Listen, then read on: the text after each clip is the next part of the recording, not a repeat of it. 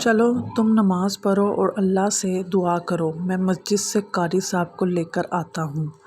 میں ان سے مل چکا ہوں، بہت نیک انسان ہیں۔ مزمل نے سدرا کو کہا، لیکن میں اکیلی یہاں کیسے رہوں گی؟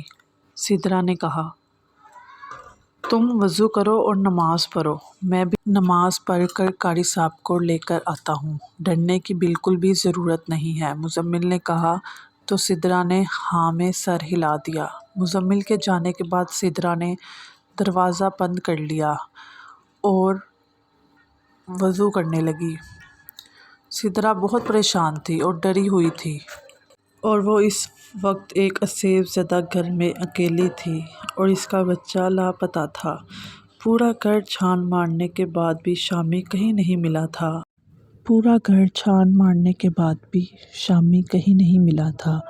اب صرف اور صرف اللہ تھا جس سے سدرا کو امید تھی۔ شدید سردی تھی اور سدرا نے وضو بھی ٹھنڈے پانی سے کیا تھا۔ ہر طرف سناٹا چھایا ہوا تھا۔ سدرا جائے نماز پر کھڑی تھی۔ سدرا پر عجیب وقت طاری تھا۔ سبحانک اللہم و بحمدک و تبارک اسمک و تعالی جدک و لا الہ غیرک۔ سدرا خشوع و خضوع کے ساتھ پڑھ رہی تھی۔ سدرا کی آنکھوں سے آنسو بہہ رہے تھے۔ سدرا کو اللہ اپنے بہت قریب محسوس ہو رہا تھا۔ الحمدللہ رب العالمین۔ سدرا اب سورۃ فاتحہ پڑھ رہی تھی۔ جیسے جیسے سدرا نماز پڑھ رہی تھی اس کے دل کو سکون مل رہا تھا۔ وہ اب بھول چکی تھی کہ وہ اب گھر میں اکیلی ہے اور اس گھر میں جنات کا سایہ بھی ہے۔ سبحان رب الاعلیٰ۔ سدرا اپنے خالق حقیقی کو سجدہ کر رہی تھی۔ اب وہ بالکل نارمل تھی۔ اسے یقین ہوا تھا کہ اس کا خدا اس کے ساتھ ہے۔ السلام علیکم ورحمۃ اللہ۔ سدرا نے سلام پھیرا اور اپنے دونوں ہاتھ دعا کے لیے اٹھا لیے۔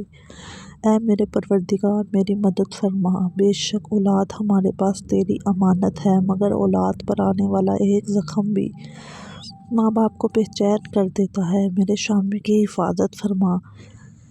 سدرا گڑگڑاتے دعا مانگ رہی تھی۔ سدرا بھی دعا مانگ کر اٹھی تھی کہ دروازے پر دستک ہونے لگی۔ کون؟ سدرا نے دروازے کے پاس جا کر پوچھا۔ میں ہوں، دروازہ کھولو، مزمل کی آواز آئی۔ سدرا نے دروازہ کھول دیا۔ آئیے قاری صاحب، مزمل نے کہا۔ مزمل کے ساتھ ایک بزرگ تھے جن کی سفید داڑھی تھی اور کافی نفیس نظر آ رہے تھے۔ مزمل کے ساتھ وہ بھی گھر میں داخل ہوئے۔ یہ میری بیوی ہے سدرا، اور یہ یہاں کی مسجد کے امام ہیں، ابھی کچھ روز پہلے ہی یہاں آئے ہیں۔ مزمل نے تعارف کروایا۔ السلام علیکم بیٹی، کیسی ہو؟ قاری صاحب نے سدرا کے سر پر پیار دیا۔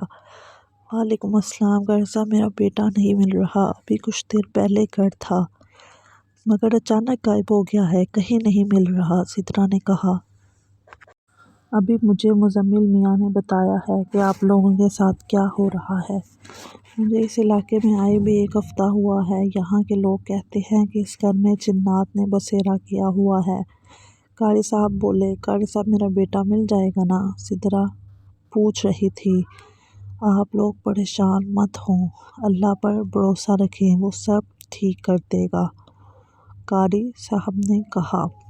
انشاءاللہ، مزمل نے کہا۔ مجھے ایک دفعہ پورا گھر دیکھنے دے، قاری صاحب نے کہا۔ جی آئیے میرے ساتھ، میں دکھاتا ہوں، مزمل نے کہا اور قاری صاحب کو گھر دکھانے لگا۔ قاری صاحب نے پورا گھر دیکھا۔ اس جگہ پر بہت خطرناک جنات نے قبضہ کیا ہوا ہے۔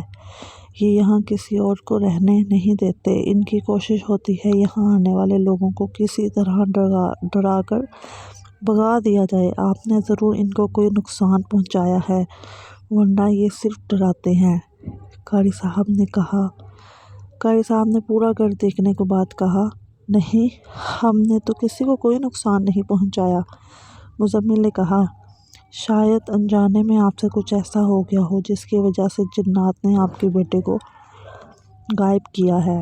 ابھی فجر کا وقت ہونے والا ہے، میں فجر کے بعد یہاں آؤں گا، آپ لوگ پریشان مت ہونا، اللہ بہتر کرے گا، قاری صاحب نے کہا تو مزمل نے ہاں میں سر ہلا دیا۔ مزمل قاری صاحب کو دروازے تک چھوڑ کر آیا ہی تھا